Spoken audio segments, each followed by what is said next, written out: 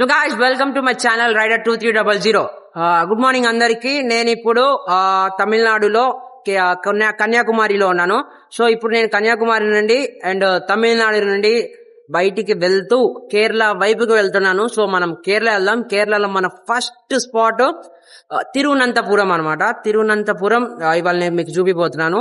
And ఇప్పుడు దాకా మీరు ఈ ఛానల్ ని సబ్స్క్రైబ్ చేయకపోతే సబ్స్క్రైబ్ చేయండి అండ్ ఈ వీడియోని మీరు లైక్ చేయండి. అండ్ ఇంకో మాట ఏంటంటే ఇప్పుడు దాకా మీరు నిన్న కన్యాకుమారి వీడియో చూడకపోతే వీడియో చాలా అంటే చాలా బాగా వచ్చింది. వివేకానంద రాక్ మ్యూజియం దగ్గర మెమోరియల్ దగ్గరికి వెళ్ళాం మనము. సో ఆ వీడియో చూడండి మీరు. అండ్ మనం కన్యాకుమారి దాటి వెళ్ళిపోయిన తర్వాత కేరళ బార్డర్ లో కేరళ గురించి అండ్ మనం వెళ్ళి తిరువనంతపురం గురించి మాట్లాడుకుందాం. ఓకే,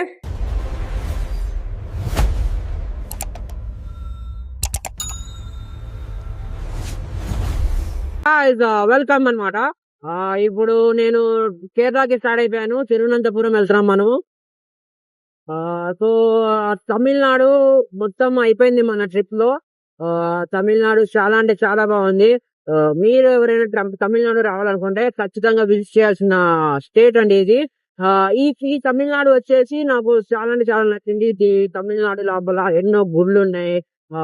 చాలా అంటే చాలా హిస్టరీ దాకుంది. మంచి మంచి బీచెస్ ఉన్నాయి.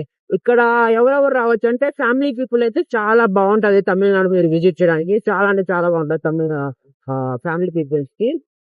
బాయ్స్ గ్యాంగ్స్ అంటే కొద్దిగా అవాయిడ్ చేయొచ్చు. ఎందుకంటే నేను చూసా కాబట్టి ఆల్ తమిళనాడు మొత్తం హిస్టరీ దాగుంది, చరిత్ర ఉంది తమిళనాడులో.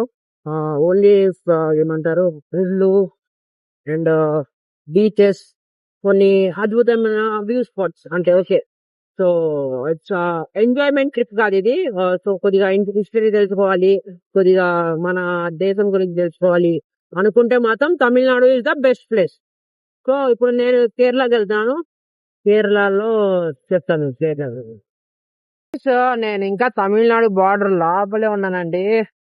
ట్రాఫిక్ చూడండి, దోల తిరిగిపోతుంది అనమాట. ట్రాఫిక్ చాలా చాలా ఎక్కువ ట్రాఫిక్ ఇక్కడ. టైం వచ్చేసి 12:35 అయిపోయింది. నేను స్టార్ట్ అయ్యి ఆల్మోస్ట్ ఆల్ ఒక 45 మినిట్స్ అయిపోతుంది. ఇంకా నేను తమిళనాడు బార్డర్ లోనే ఉన్నా, ఇంకా బార్డర్ రావట్లేదు. అయితే నాకు లేట్ అయిపోతుంది, 2 అయిపోతుంది వెళ్ళేసరికి. త్వరగా స్టార్ట్ అయ్యా 11:30 లోపే స్టార్ట్ అయ్యా, అయినా కూడా లేట్గా వెళ్తాను. ఇక్కడ నుంచొని నా మ్యాప్ చెక్ చేసుకుంటాను అనమాట, రూట్ కోసము ఎటు వెళ్ళాలి ఏంటని చెప్పి. మధ్యలో బ్రో కనిపించాడు. బ్రో కూడా నందిగమంట, ఆయనే వచ్చి పలకరించాడు మనల్ని. అండ్ బ్రో కూడా నా ఛానల్ సబ్స్క్రైబ్ చేశాను, అదే ఛానల్. ఇప్పుడు దాకా మీరు కూడా సబ్స్క్రైబ్ చేయకపోతే సబ్స్క్రైబ్ చేయండి. అండ్ బ్రో కూడా ట్రావెలింగ్ చేస్తున్నాడు ఇప్పుడు. He's also opening new channel అనమాట. సో ఇప్పటికీ ఆయనకి 4 సబ్స్క్రైబర్స్ ఉన్నారు. మీరు కూడా ఆయన ఛానల్ సబ్స్క్రైబ్ చేయండి. ఇది ఆయన ఛానల్ అనమాట, Satya bro. Thank you so much. ఆయన కూడా కొన్ని డౌట్స్ అడిగారు అనమాట, ట్రావెలింగ్ ఏంటి ఎలా ఉంటుంది అని చెప్పి. నేను కూడా సజెస్ట్ చేశాను. Is also interested to travel అనమాట. మీకు ఫ్యూచర్లో ఇంకో ట్రావెల్ కనిపిస్తారు ఇంకొన్ని రోజుల్లో. Thank you bye. సో మనం మళ్ళీ తిరువనంతపురం స్టార్ట్ అయిపోయింది. Bye bro, thanks. NH 56 మీద ఉన్నాను. నేషనల్ హైవే 56 అనమాట. ఇప్పుడు నాకు వచ్చిన టికెట్ అంటే ఇది బైపాస్ హైవే కాదు, ఇది సిటీ లోపల నుండి వెళ్తున్న హైవే. రోడ్లు కొద్దిగా ఇబ్బందిగా ఉన్నాయి. సో నాకు డిలే అవుతుంది, నేను స్లోగా వెళ్తున్నాను. స్లైట్లీ స్లో అనమాట. 60 బిలో 60 అంటే చాలా స్లో అనమాట. సో ఇప్పుడు నేను మీకు కేరళ గురించి చెప్తానండి. సో కేరళ అనేది గాడ్ ఓన్ కంట్రీగా పిలువబడుతుంది.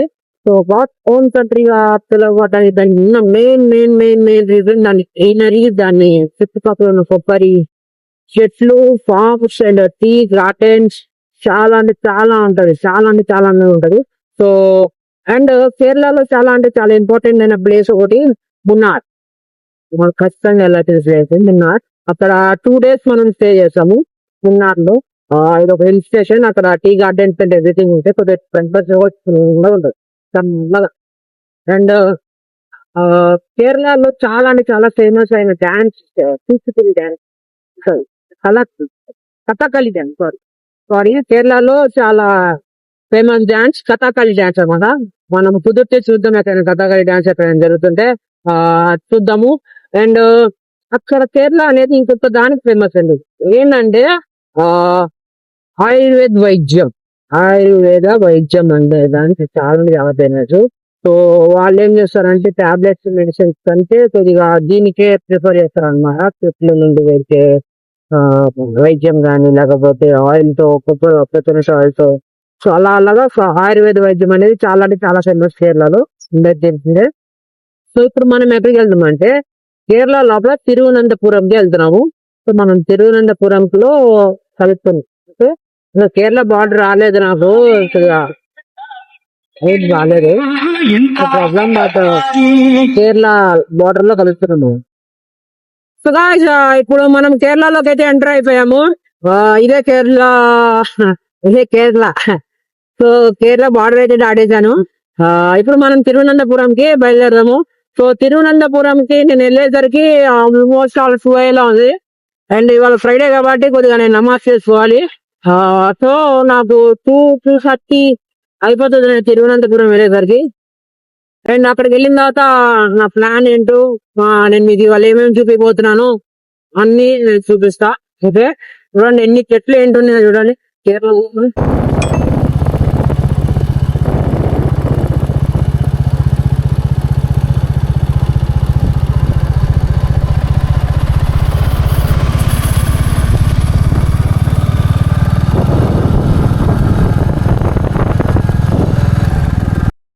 మొత్తం గ్రీనరీ ఇంకా ఇక్కడ. గాయస్, నేను కేరళలో ఒక హైవే మీద వెళ్తున్నాను. ఇది NH-66 అనుకుంటా.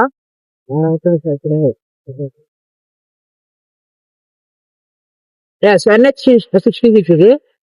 చూడండి, ఇది హైవేకి చెట్లు, అగో చెట్లు, గ్రాస్, ఫ్లాట్. అటు మొత్తం నేను కేరళకు అయితే ఒక 15 మినిట్స్ అవుతుంది. సో హైవే ఉంది కానీ ఎలా అంటే చుట్టుపక్కల మొత్తం చెట్లు కవర్ అయిపోయింది అనమాట. సో అందుకనే గ్రీనరీ ఎక్కువ అని చెప్పి కేరళలో అయిపోయింది. ఫస్ట్ టైం వచ్చిన కేరళకి, నేను పంజాబ్ కేరళకి వచ్చిన, సో నాకేం తెలియదు. సో ఇదంతా నాకు కొంచెం వింతగా ఉంది అనమాట. మనం హైవేస్ ఎలా చూస్తామంటే యాక్చువల్గా అటు ఖాళీ పొలాలు చూస్తాం మా ఇంటి పక్కన. చూడండి మొత్తం చెట్లు ఉన్నది.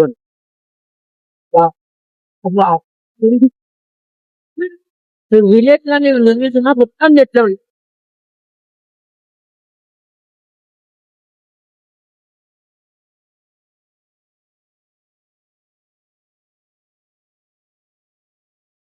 కేరళలో ఉన్నాను. కేరళ నుండి తిరువనంతపురంకి వెళ్తున్నాను. మనము కన్యాకుమారి నుండి తిరువనంతపురం వెళ్తున్న దారిలో నేను కేరళ లోపలికి వచ్చిన తర్వాత అబ్జర్వ్ చేసింది ఏంటంటే ఇక్కడ ప్రతి ఒక్కరు హెల్మెట్ పెట్టుకున్నారా. ప్రతి ఒక్కరు హెల్మెట్ అంటే డ్రైవింగ్ చేసి ప్రతి ఒక్కరు హెల్మెట్ పెట్టుకుంటారు రా అది కాదు. ముందు కూర్చున్న వాళ్ళు, వెనక్కి కూర్చున్న వాళ్ళు కూడా హెల్మెట్ పెట్టుకుంటారు. బాగుంది కదా ఈ రూల్. ఏంటో కొంచెం సేఫ్టీని ఎక్కువ చూస్తున్నారు. చూడండి, ముందు కూర్చున్న వాళ్ళు, వెనక్కి కూర్చున్న వాళ్ళు అందరు హెల్మెట్ పెట్టుకున్నారు. ఇక్కడ బోర్డు ఉంది అనమాట, నో హెల్మెట్ నో ఎంట్రీ. నమాజ్ కంప్లీట్ అయింది. నమాజ్ కోసం కాస్త బ్రేక్ తీసుకున్నాను. అండ్ ఇదే మస్జిద్. సో నేను నమాజ్ చదివింది ఈ మస్జిద్లోనే. అండ్ ఇప్పుడు మనం మళ్ళీ స్టార్ట్ అయిపోతాం. ఇక్కడ నుండి నాకు జస్ట్ 10 మినిట్స్ ఉంది. ఫస్ట్ రూమ్కి వెళ్ళిపోతాను. రూమ్కి వెళ్ళి కొద్దిగా ఫ్రెష్ అయిపోయి then I will go to Thiruvananthapuram. So guys, ఇప్పుడు నేనైతే కలికుటంలో వచ్చేసాను. ఇక్కడ ఒక హాస్టల్లో బెడ్ స్టేకి తీసుకున్నాను. జస్ట్ నాకు 490 రూపీస్ పడింది. ఓకే, అండ్ ఇప్పుడు ఇక్కడ నుండి నేను తిరువనంతపురం వెళ్ళాలి. ఇక్కడ నుండి జస్ట్ 10 కిలోమీటర్స్ మాత్రమే నాకు. అండ్ తిరువనంతపురంలో నాకు చాలా అంటే చాలా తక్కువ ఉంది. ఇప్పుడు నేను గెస్ట్ డిసైడ్ అవ్వాలన్నమాట. ఇప్పుడు నేను జూకి వెళ్ళాలా లేకపోతే మ్యూజియంకి వెళ్ళాలా, జూకి వెళ్ళాలా మ్యూజియం వెళ్ళాలా, జూకి వెళ్ళాలా మ్యూజియం వెళ్ళాలని.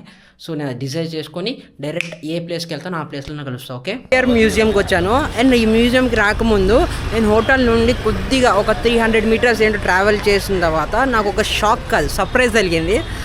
సర్ప్రైజ్ ఏంటనేది నేను మీకు ఈ వీడియో లాస్ట్లో చెప్తాను. నాకు గుర్తు చేయండి మళ్ళీ మర్చిపోతే. సో ఈ వీడియో లాస్ట్లో నాకు ఒకసారి గుర్తు చేయండి. నేను ఆ సర్ప్రైజ్ ఏంటో మీకు అప్పుడు బయట పెడతాను అనమాట.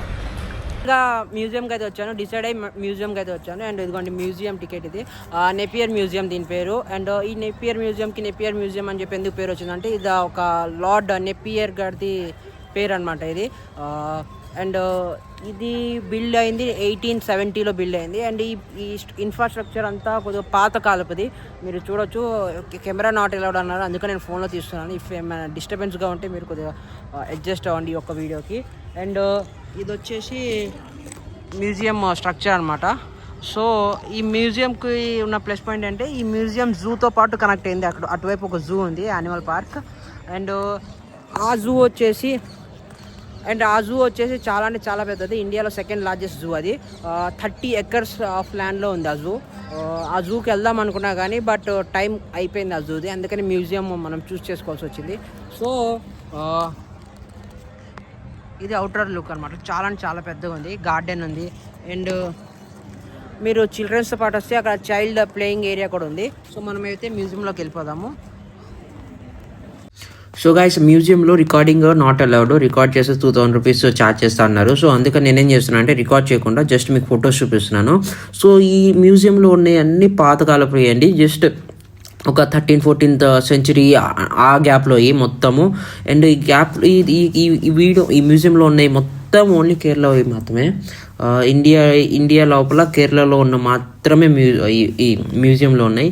అండ్ ఇవన్నీ చాలా చాలా చాలా పాతకాలపు. ఎలా అంటే పురాతన కాలపులో మనుషులు ఉంటారు చూడండి, ఆది మనుషులు వాళ్ళు. అండ్ ఈ వీడియో లోపల మీరు చాలా అంటే చాలా దేవుడు ఫొటోస్ కూడా చూడవచ్చు. అండ్ కొంతమంది ఉంటారు కదా అడవి మనుషులు, వాళ్ళే డ్రెస్సింగ్ స్టైల్స్ కూడా చూడవచ్చు.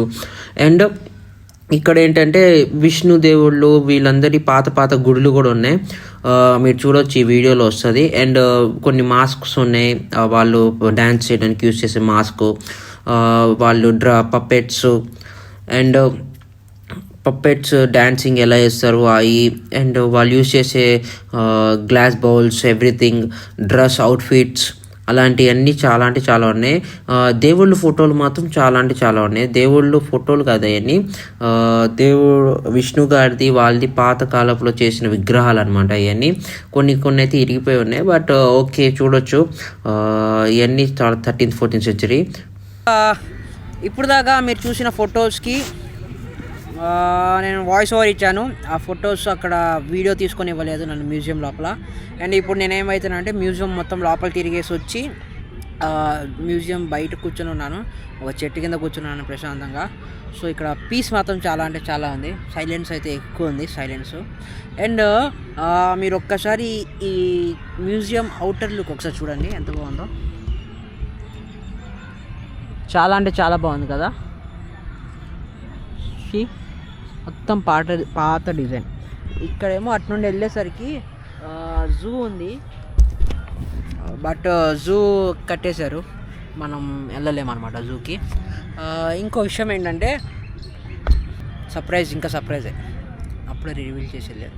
గుర్తు చేయమన్నా నేను మిమ్మల్ని, మీరు గుర్తు చేయట్లేదు, నేనే గుర్తుపెట్టుకోవాల్సి వస్తుంది. What is this? So guys, ఇప్పుడు నేనేమంటానంటే నేను ఇక్కడికి 4:30కి వచ్చా, టైం ఏమో 5:15 అయింది. 45 minutes ఇక్కడ కూర్చున్న తర్వాత నాకు జ్ఞానోదయం అయింది. ఈ చెట్టు కింద కూర్చున్నా కదా, జ్ఞానోదయం అయింది. సో నాకైనా జ్ఞానోదయం ఏంటంటే, టు బి ఫ్రాంక్, ఒక 10 days నుండి ఒక యూట్యూబ్ ఛానల్ రన్ చేస్తున్నాను. వ్యూస్, సబ్స్క్రైబర్స్ ఓకే, అందరు బాగానే ఇస్తున్నారు, అన్నీ నడుస్తున్నాయి ఓకే. ఒకవేళ ఇప్పుడు నేను స్టార్ అయిపోతే ఏంటి పరిస్థితి అని చెప్పి ఆలోచించా.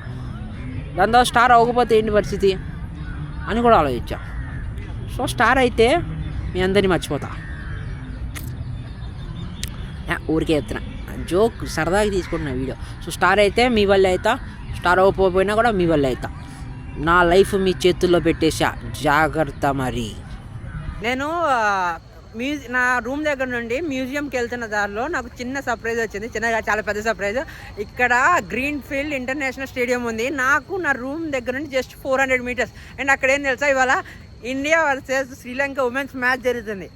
ఖాళీగా ఎక్కడ ఉంటా, నేను టికెట్ తీసుకున్నాను, నేను కూడా మ్యాచ్కి వెళ్తున్నాను. ఇప్పుడు మ్యాచ్ నేను మీకు చూపించలేకపోవచ్చు, కాపీరైట్ స్ట్రైక్ పడుతుంది. సో నేను మాత్రం జస్ట్ మ్యాచ్కి వెళ్తున్నాను. నేను ఎలా వెళ్తున్నా, గ్రౌండ్కి ఏంటి మొత్తం కథ మీరు చూడండి. మూతికి మాస్క్ వేసాను, ఫ్లాగ్ తీసుకున్నాను, జెర్సీ కూడా ఉంది, స్మృతి మందన 18 number జెర్సీ తీసుకున్నాను. లోపల డ్రెస్సింగ్ రూమ్లో చేంజ్ చేసుకుంటాను అనమాట. సో మ్యాచ్ చూద్దాం, ఇండియా శ్రీలంక. ఇండియాకి సపోర్ట్ చేద్దాం. ఇండియా మనం వరల్డ్ కప్ గెలిచింది, దాని తర్వాత జరిగే సిరీస్లో 3rd మ్యాచ్ అనమాట, T20 మ్యాచ్ ఇది. అదర కొట్టేద్దాం మనం. ఇప్పుడు వచ్చేసాను, సెక్యూరిటీ చెకింగ్ అయింది కొద్దిగా, కొంచెం డీప్ చెక్ చేస్తారు. మరి పబ్లిక్ ప్లేస్ కదా, చాలా చాలా చెక్ చేస్తారు. మన ఇండియా ఏమో బౌలింగ్కి దిగిపోయారు. నాకు ఇక్కడ నుంచి చెప్పులు వినిపిస్తున్నాయి. టాస్ గెలిచి మన వాళ్ళు బౌలింగ్ తీసుకున్నారు. అండ్ ఇది చూడండి ఇక్కడ.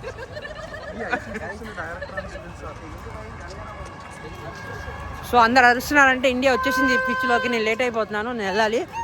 లోపలికి వెళ్ళి మీకు కలుస్తా. నేను ఇందాకే వచ్చానమాట గ్రౌండ్లోకి.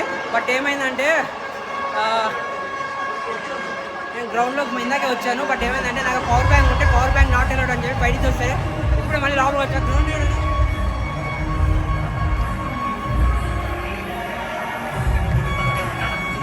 వికెట్ పడినట్టుంది.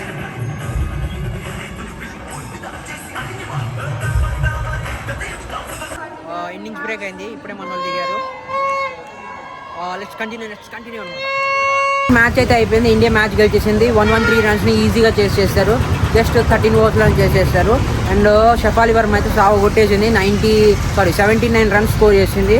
అండ్ హర్మత్ ప్రీత్ కౌర్ కూడా వచ్చి లాస్ట్లో కొట్టేసింది. 21 రన్స్ అండ్ కొట్టింది. ఈజీగా గెలిచారు మ్యాచ్. అంటే నాకు టైం అర్థం కాలేదన్నమాట, చాలా అంటే చాలా తొందరగా అయిపోయింది. సో గాయ్స్, ఇవాళకి ఈ వీడియో ఇక్కడితో ఎండ్ చేస్తున్నాను. నేను అనుకుంది ఒకటి, అయింది ఒకటి అనమాట తిరువనంతపురంలో. బట్ ఐ వాజ్ ఎంజాయింగ్ అనమాట. Good place to visit. ఇక్కడైతే చాలా అంటే చాలా చర్చిలోనే. అండ్ మ్యూజియం కూడా నేను ఓకే నాట్ బ్యాడ్. అండ్ రేపటి వీడియోలో కలుసుకుందాం. అందరికి గుడ్ నైట్. Thank you.